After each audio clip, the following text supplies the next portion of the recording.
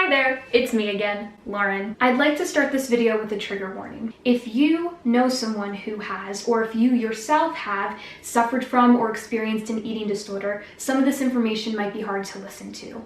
I'm going to be talking about several different eating disorders that I had experienced, as well as providing resources for you to reach out to if you feel like this is something you are struggling with, or you know someone who is struggling with it. And if you think that can help you, wonderful, please stick around. And if you think it's not going to be very helpful, please feel free to leave. My goal with everything I put out on this channel is to make people feel less alone and more understood. It is to help each one of us heal in our own time and in our own way. So I hope to do that with this video too. If you've listened to Stick of Gum, it's pretty clear it's about an eating disorder. I don't really sugarcoat or hide that. It documents the timeline of someone's mental state and how it changes from first ever diet all the way through to eventual recovery and everything that happens in between. What does a person think, and how do they think, and how does their brain change throughout the course of an eating disorder? Specifically for me, I suffered from an eating disorder around the time I was 17 and up until I was 19 years old. And it wasn't just one. You see, it started out as harmless diets. It started out as paleo, keto, no sugar, ultra low calorie. But I'm not trying to demonize dieting. I know these diets have actually helped a number of people. I'm just saying if you're embarking on a diet that cuts out an entire food group or a lot of the food you already do eat, please do it with caution and make sure that you are doing it for the right reasons. There was nothing that I actually needed to change about my diet at that point in time, but I felt that I needed to.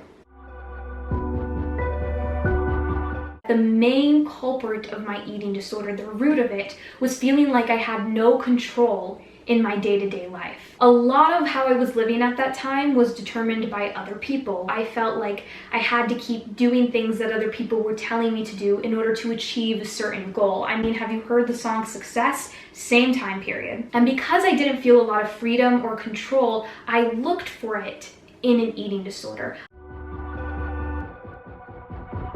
First, so we're all on the same page, let's look at what eating disorders actually are. According to nationaleatingdisorders.org, eating disorders are serious but treatable mental and physical illnesses that can affect people of all genders, all ages, races, religions, ethnicities, sexual orientations, body shapes, and weights. In the United States, 28.8 million Americans will suffer from an eating disorder at some point in their lives. After I finished my last diet, I was really scared that I was going to start gaining weight all of a sudden. Would not happen. But because I was so afraid of that, I started thinking I need to adjust how I'm eating to only eat the healthiest of healthiest foods available. And this started something called orthorexia. It's an obsession with proper or healthful eating. People with orthorexia become so fixated on so-called healthy eating that they actually damage their own well-being.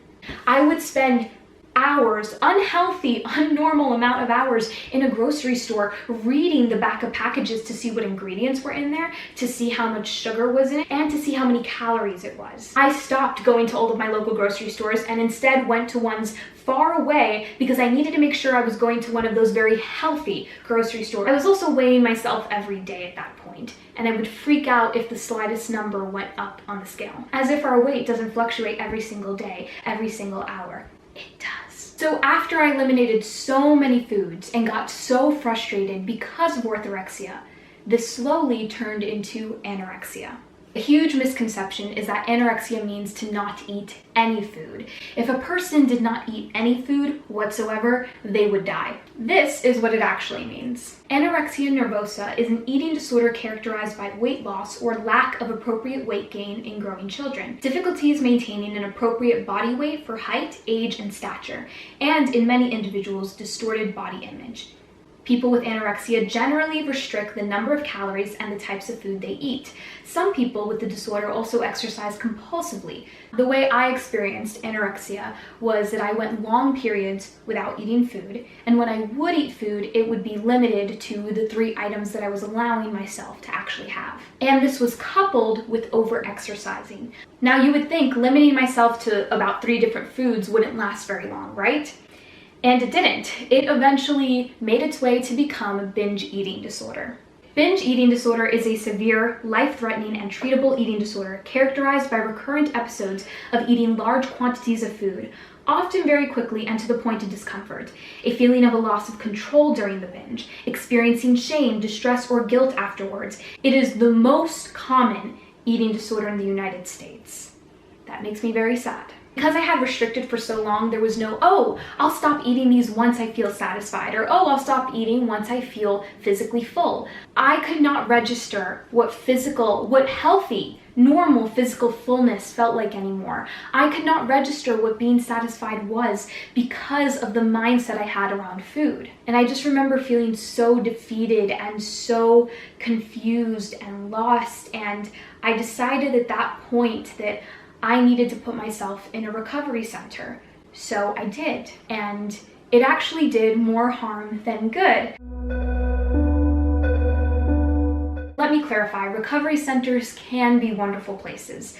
Just make sure they teach you intuitive eating and how to listen to your body. They shouldn't just tell you what to do in order to heal you. They should teach you what to do so you can continue healing on your own after you leave. Unfortunately, after doing more research into the industry, I think for the most part it is more about money than helping people to recover. But that is another story for another time. So if I didn't recover from the recovery center, how did I recover? I remember thinking to myself, I am so sick and tired of making myself feel sick and tired. I looked to obsessing over what I ate and how much I exercised and what my weight was and how I looked in order to feel like I had control over my life. But really, eating disorders did the opposite. They trapped me. They restricted me even more. They made me feel like I had less control than before.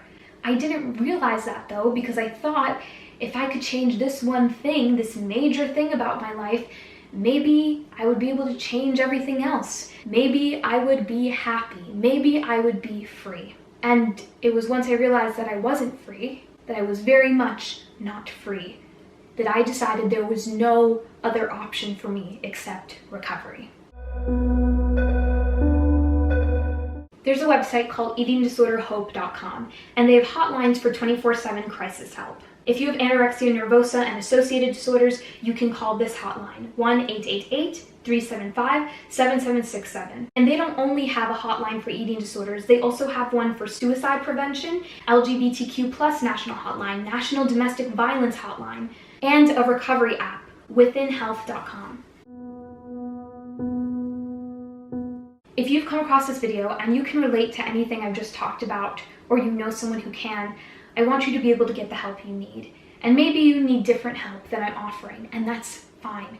But whether it's therapy or a suitable recovery center, or talking to a trusted adult in your life, if you have one, or calling a hotline, I just want you to be able to do what you need to do to start the process of recovery. Because you deserve to be here, and you deserve to live a life that is beautiful and fulfilling and full of joy, and it's really hard to do that when you're going through what you're going through. I'm not a licensed therapist. I'm not a licensed anything. I'm just somebody who experienced it firsthand, and I know what it's like to have to choose recovery and do it on your own. And I don't want anyone else to ever have to do that.